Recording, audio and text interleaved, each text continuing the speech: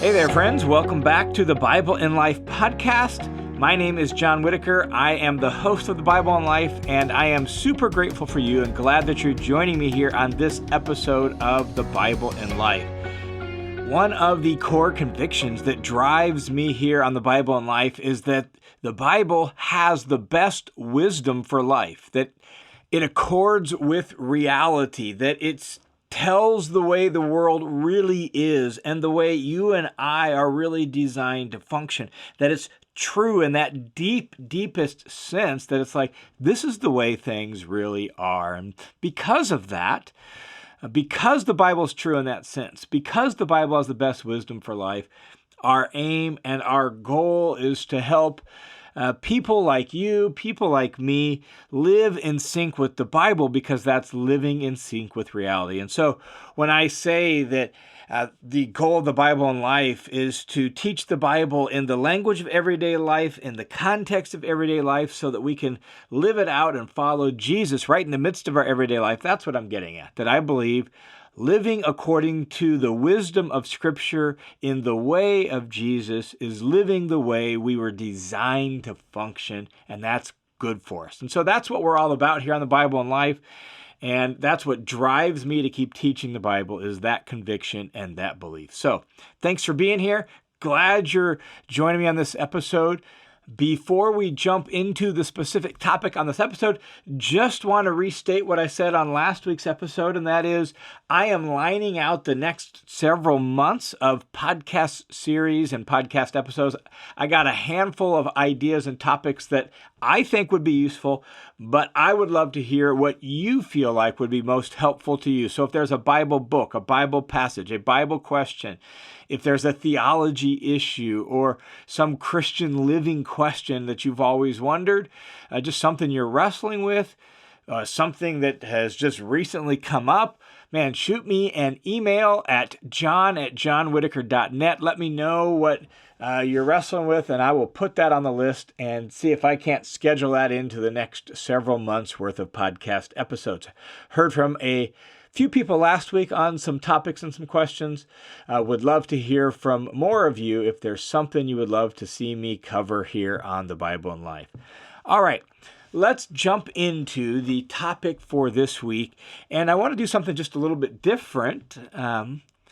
I think it'll be valuable and helpful, but it's a little different. And one of the things that's easy for us to neglect or easy for us to take for granted is how unique the Bible is, in that it's actually also a history book. Not a history book in the sense of, telling us what happened in history per se, but that it's a book that's rooted in the real world, in history, in real times and real places. It's easy for us to overlook that, or it's easy for us to take that for granted. I know plenty of people who have never really thought about their Bible that way. They read the Bible primarily as devotional literature, or they read it as like rules from God on how to live their life. I've had plenty of conversations, even mentored and discipled people where that was their initial impression of the Bible, like, this is a religious book. I get religious rules from it. I get religious inspiration from it, and they read it from that way. And that's not necessarily wrong. It's just incomplete. Because the nature of the Bible is that it's also a book of history. It tells what happened in the real world and has all sorts of historical references in it. And here's what's fascinating about that the Bible stands alone in the world's sacred texts in this regard. Most other religious books out there, most other sacred scriptures from other religions, they are more just inspirational literature. They are more just rules for how to do life. Very rarely do they ever cross over into historical narrative and historical references. Maybe you'll find bits and pieces of that, but for the most part, what you get are wise sayings or wisdom for, life from the context of their religion. you'll get really one other religious book that claims to be historical. That's the Book of Mormon. The problem is its history is clearly anachronistic and fabricated. No ancient city, no people group, no finds, none of that mentioned in the Book of Mormon have ever been found. And so it attempts to be historical. It just is errant history. But that's not true with the Bible. So here's the Bible standing alone among the world's sacred scriptures as this book that claims to be obviously a religious book, but also a history book, and it's loaded with history. And so that invites us to say, well, is it historically reliable?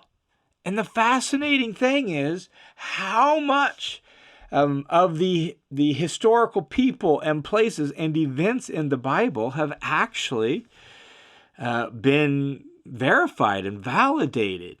And that makes the Bible unique. And so when we read the Bible, we know, if we've read it, that there's history within it. And what I want to encourage you in is that it's good history. It's reliable history. I just finished reading I love this subject, and so I frequently read on it. I just finished reading Titus Kennedy's new book entitled Unearthing the Bible, 101 Archaeological Discoveries that Bring the Bible to Life. And that's one of the things archaeology does. It validates and verifies some of the history of the Bible, but it also sheds light on the culture and the history of the Bible. And so Titus Kennedy in this book, real simple read, he just picks out 101 key finds. There's a picture, there's a little bit of background to the find, and then there's the significance of the find. It's a simple little read. I'll actually put a link to the book down in the notes below so you can check it out if that sounds like something you'd be interested in. But I love that topic because there has been so much wealth of data found that supports the history of the Bible from both the Old and the New Testament, which is amazing when you think how old the Old Testament is. And they find records of cities. They find records of place names. Not only that, specific people, some of whom are major, obviously, like you read in the Bible of some of the specific rulers or some of the specific people groups, right? And they have archaeology that supports some of that sort of stuff, specific kings and specific events. For example, the Moabite stone. If you just Google the Moabite stone, it actually tells the same story as that found in 2 Kings chapter 3, the story of King Mesha of Moab's rebellion. But this is Mesha's account of that event. And so it confirms the event, confirms the existence of King Mesha. There's all sorts of these kinds of things throughout biblical history. Some of the events are so specific that it helps us actually date them. For example, in Acts chapter 18, we have mentioned that Paul was brought before the proconsul of Achaia, and the proconsul's name there in Acts 18 is Gallio. Well, we know from an inscription found at Delphi exactly when Gallio was proconsul of Achaia. He was proconsul for only 1 year. He didn't like the city of Corinth, and so he gave up his post after a year. And he was proconsul from June of 51 to June of 52. So for just a 1 year period, he was the proconsul. Well, that helps date the chronology of the book of Acts and of Paul's life, right? Some of the finds of specific individual are like minor players that are like associates of kings or scribes in the Old Testament, and they've found like little clay impressions from their signet rings, what are called bulla, of these minor players in the biblical story, but their bulla, their impressions from their signet ring have survived. It's just fascinating how much of that there is. Cities and places and battles and all sorts of things. And sometimes the finds of archaeology help sort out like perplexities in the biblical account or questions where it's like, wait a second, well, that doesn't quite make sense.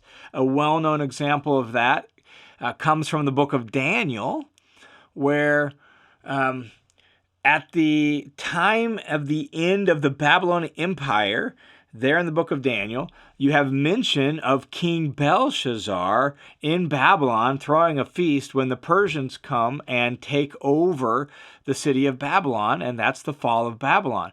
Well, scholars and historians used to scratch their head. Some who were more skeptical would point a finger at the Bible and say, look, here it is, it's wrong, right? And we just didn't really understand until all of a sudden we found a particular inscription about Nabonidus, who was the one that historians knew was the king at the time of that. So where did Belshazzar fit into all of this? Well, then we found this inscription from Nabonidus, and all of a sudden, things fell into place, and the puzzle pieces started to make sense. Nabonidus was an ardent worshiper of Marduk, the moon god, and for a large part of the latter bit of his reign, he was miles and miles away from Babylon, out in the desert on a pilgrimage, worshiping Marduk, and so he left the kingdom in charge of his son, Belshazzar. That's why Belshazzar could only offer to Daniel, when he offers him the next highest place in the kingdom in the book of Daniel, he offers him the third place. Why did he only offer Daniel the third place? Well, because he was in the second place, and his father Nabonidus was in first place. And so now a perplexity, something that didn't make sense in the biblical text, all of a sudden begins to make a whole lot of sense. And we find that the Bible's history is remarkably accurate and reliable. And this kind of thing happens over and over again in the biblical text. Another example from the New Testament is the well-known example in Acts chapter 17, when the Apostle Paul is in Thessalonica, and the leaders of the city there are called polytarchs in Greek. And the word polytarch comes from two Greek words, polis, city, and arche, ruler. And it just means city ruler. And it was like, well, why such a generic name for the city rulers? Why just call them city rulers? And again, those who were critical or skeptical of the Bible, they were like, Luke, whoever wrote this, right, clearly didn't know what the city rulers were called, and so just made up a generic title. And that all sounded well and good until all of a sudden archaeologists uncovered the polytarch inscriptions and realized, there actually were the city rulers in Thessalonica and a few of the surrounding cities around Thessalonica, where that was the title for the city leaders. Polytarchs, city rulers. They just gave them that generic title. And Luke, the author of Acts, was incredibly accurate, not making a mistake. And this sort of stuff just happens all over the place. And again, it would be easy to neglect this or to take this for granted, but we shouldn't take it for granted. We're talking about 2,000 years ago for the New Testament, 3,500 years ago or 3,000 years ago for the Old Testament, and the amount of data that has been found with as limited as amount of archaeological work has been done is just surprising and shocking, and it reminds us that the Bible is good history. It's historically reliable.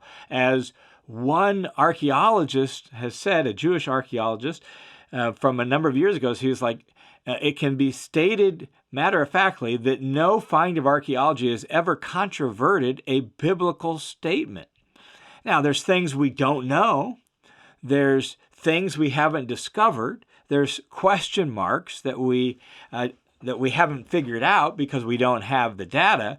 But no find of archaeology has actually ever gone against what the Bible says. It's good history. Sometimes what we find actually refutes like critical historians' view of the Bible. It used to be commonly believed that King David of the Old Testament was just a myth made up by later Jews to kind of strengthen, give them a strong figure from their past to kind of help bolster this newfound kingdom of Israel. That was kind of a common critical historical approach to it. And that was all well and good until 1992, when archaeologists digging at Dan found an inscription that referred to the House of David. And that was so contrary to what critical historians expected and assumed that they just immediately assumed it was a forgery. But much investigation, much work determined, no, indeed, this is authentic, it's not a forgery. And then since then, there's been other inscriptions that have been found that referred to the House of David. So all of a sudden, oh, David was a real person in the Old Testament.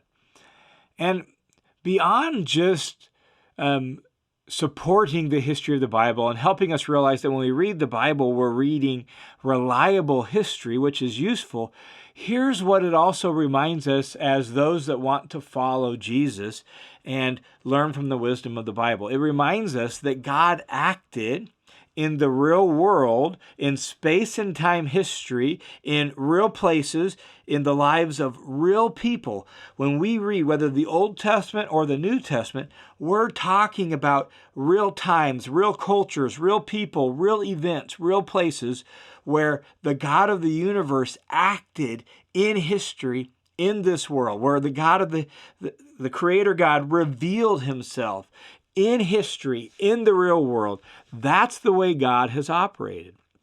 And maybe if you were God or I were God, we would think there's a better way to reveal yourself. Maybe we would think, just give us the rules, just give us, a systematic theology textbook, right? But that's not how God chose to do it. The one true God chose to reveal himself in the real world through real people. And that is a blessing that's also a challenge. We have to learn some things about the culture and about the history and about these places. We have to learn some things about the maps and the cultural background, like why was this said? Why was this an issue? Well, what kind of pagan god is that? And why is there that law given in the Torah? And all of that's rooted in the real world of time and space. And the more we understand that world, the more what the Bible is saying pops off the page, becomes three-dimensional, and all of a sudden we realize this is the way God works. God works in the lives of real people, drawing them to himself, leading them to faith in him, leading them to trust him. And that's the way God chose to redeem and restore this world. He didn't choose to do it from standing afar, just barking out orders from his ivory palace in the sky as God. He chose to do it by entering into the world and working with real people in real times and in real cultures with real questions. And they had their own backgrounds. They had their own presuppositions about God and about the world. They had their own presuppositions about the way things should operate.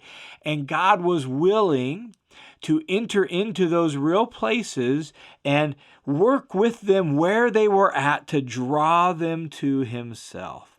That's why sometimes it can feel so odd to us. That's why I like to say reading the Bible is like taking a foreign cross-cultural trip in a time machine. That's what we're doing when we read the scriptures. And when we study the archaeology, it bolsters our confidence in this text because it reminds us that we're reading good, reliable history, and it also helps us understand the culture of the world we're entering into and how things were done so that we can actually understand the scriptures a whole lot more. And as I said, I love that kind of stuff. I love the fact that we've actually found the ration tablets of King Jehoiachin that's mentioned in the book of 2 Kings. I love the fact that we have found clay bulla for members of the royal court of King Zedekiah, or there's some debate about it, but we might actually have the bulla, the impression from the signet ring of Jeremiah's scribe, Barak. We have impressions from the signet ring of King Hezekiah of the Old Testament. Love that sort of stuff, that we're dealing with real people in real places. And so if that stuff is fascinating to you, or if you're just like, I want to know more about that, this book by Titus Kennedy is a good place to start. There's plenty of stuff on it, but this one has pictures. It's really an easy read. It's the kind of stuff where you're like, oh, interesting, right? And so Unearthing the Bible by Titus Kennedy might be a good place for you to jump in and start. Again, I'll put a link to that down in the notes below if that sounds like something that you would like to check out. All right, thanks for tuning into this episode of the Bible in Life podcast. The Bible in Life is a crowdfunded, listener-supported podcast and online ministry. And if you are one of the supporters, thanks a ton for your support. If you want to join the team of supporters, you can do so at johnwhittaker.net. Click the Give button. That'll take you to a donation page in concert with World Family Mission, where you can set up a one-time or a monthly recurring donation. Thanks so much for your prayers. Thanks so much for your support. May God bless you as you walk with Him in your own real world right now in this time and place, where the God of history, the God of Abraham, Isaac, Jacob, the God of John and Paul and Peter, where God works in history, may He work in your history to help you become more and more like Jesus.